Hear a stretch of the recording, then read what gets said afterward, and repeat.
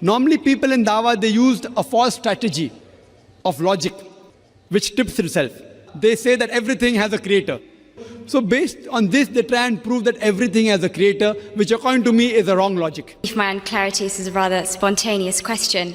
I have a friend, she's an atheist, and on our endless debates on the existence of God and all that we talk about, she has two claims, she makes two claims. When I pose her with the question of what the Quran says in terms of the existence of the universe and the world and how it states many facts, she turns around and she says, well, that knowledge was not just for the Quran, it actually existed before the Quran. There's scriptures, there is books before the Quran was even written, detailing information about the universe. So it's not just this knowledge that is superior to the Quran. What do I say back to that? Is she lying? Do scriptures exist? I mean, I have ignorance myself, but, is this knowledge, was this available before the Quran was written? And secondly, another claim she makes is that I give the analogy of, you have something in creation, who knows it? The creator will know about everything about it.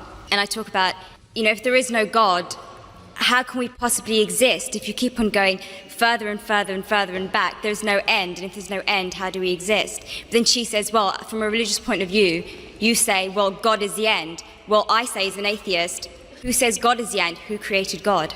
That's my question. Thank you. Sister has posed two questions which are again common. The first question is that all the things mentioned in the Quran were already present before. So what's new? It's present in other scriptures and other books, etc. That's the first question. The second question is, who created God? As far as the first question is concerned, I do agree that certain things were present in time before the Quran, but they were not called as established facts. They were not called as established facts. For example, the thing I quoted that the sun, previously people thought that the sun rotating. There are certain things which were there in the Greek history and the philosophical history.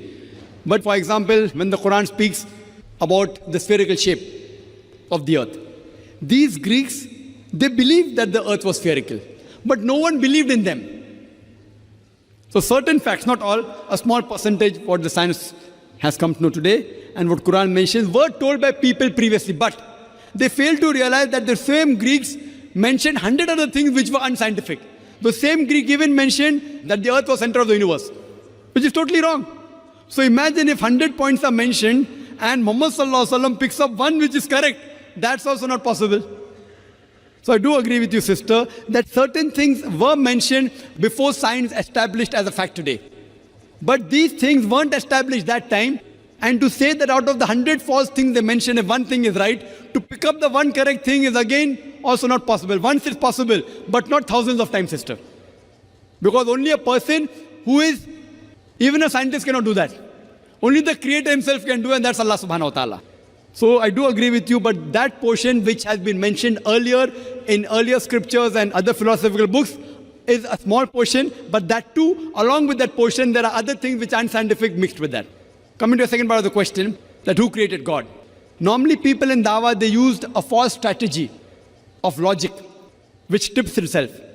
Most of the people, when they try to prove the existence of Allah subhanahu wa ta'ala, they say that everything has a creator. For example, who created this book? How did the book come into existence? Somebody created it. Who created it? And they go back. Where did you come into existence? Who created you? Your father. Who created your father? The grandfather. And then goes to God. Who created this microphone? Created the factory. Who created the factory? And then they try and prove who created the sun? God. Who created the moon?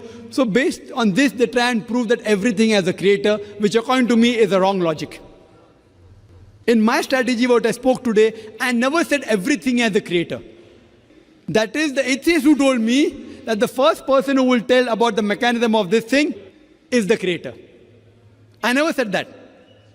I say every created thing has a creator.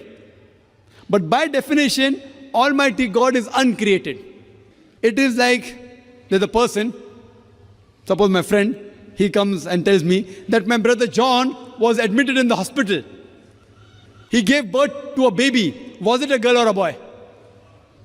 Can you guess, sister? Was it a girl or a boy? Brother John gave birth to a baby. Was it a girl or a boy? Brother John was admitted to the hospital. He gave birth to a baby. Was it a girl or a boy? Can you guess? You can't guess. Can anyone guess? How can a man have a baby? So to ask the question, he gave birth to a baby, whether a girl or a boy, is illogical. The same thing, the definition of Allah is uncreated. The moment you say who created Allah, he ceases to be Allah. Therefore, the definition of God is uncreated. Therefore, Almighty God has got no creator, if he is a true Almighty God. Hope that answers the question. Mr. Naik, this is myself, Dr. Suryakant Pawar from St. John Hospital. Thanks for the nice and enlightening lecture about the Quran as God's word. As you mentioned that Quran is God's word, I just want to ask you, who is the creator of the God? What is the origin of God? Brother, that's a very good question. That if Quran is the word of God, who is the creator of God? Very good question. If I ask you, brother, that your friend John, he gave birth to a child. Can you guess the child was girl or a boy? Your friend John gave birth to a child in the hospital. Can you guess whether a girl or a boy? Guess. No, Girl or a boy? I can't guess. Sorry? I may not guess. Try. At least 50% you'll get right. Yeah, 50%, 1/2 chance. Okay, tell me. Boy. Boy. Whether can a man give birth to a child? No. So is it a girl or a boy? But the name can be for a female. I'm asking you, your friend John. I don't know anyone female called by John. No, we can call, Boy. na? Okay, suppose a friend who is a boy, is a man. He went to hospital. He gave birth to a child. Was it a girl or a boy? Girl. Can a man give birth to a child, brother? No. Now you understood. A man can't give birth to a child. So where's the question of it being girl or a boy? So by definition, God is uncreated. So question, who is the creator of God, is like I asking you a question. Your friend who's a man, he gave birth to a child, is it a girl or a boy? The question is illogical. Because by definition, a man cannot give birth to a child. So where's the question of girl or a boy? So by definition, God is uncreated.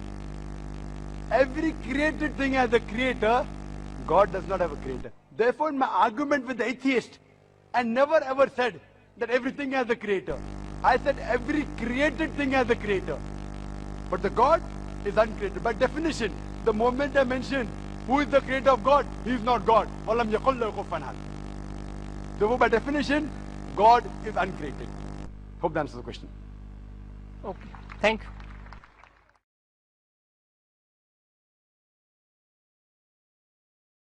Assalamu alaikum wa rahmatullahi wa barakatuh.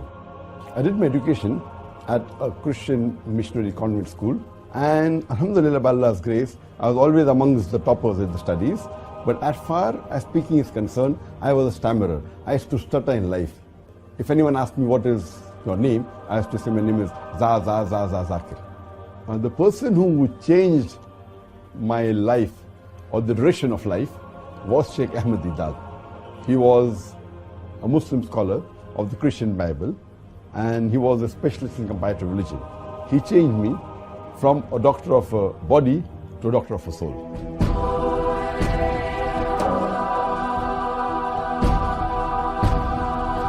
Alhamdulillah, my parents always supported me throughout my life for my dawah activities.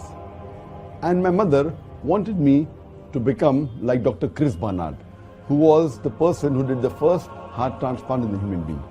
Later on, when I asked her that, do you want me to become like Chris Barnard or Sheikh Ahmed Deedat? She said, I can sacrifice 1,000 Chris Barnards for one Sheikh Ahmed Deedat. My main mission of life is to unite the Muslims. The only way we can unite the Muslim Ummah is on the criteria of the glorious Quran and the authentic hadith of Prophet Muhammad Sallallahu Alaihi Wasallam. With this aim in life, we started Peace TV English 9 years ago. It is the hadith of Prophet Muhammad Sallallahu Alaihi Wasallam that Islam will enter every home. Ashhadu Allah ilaha illallah wa ashhadu anna Muhammadan abduhu wa rasuluhu. I just want to say, Subhanallah and La ilaha illallah.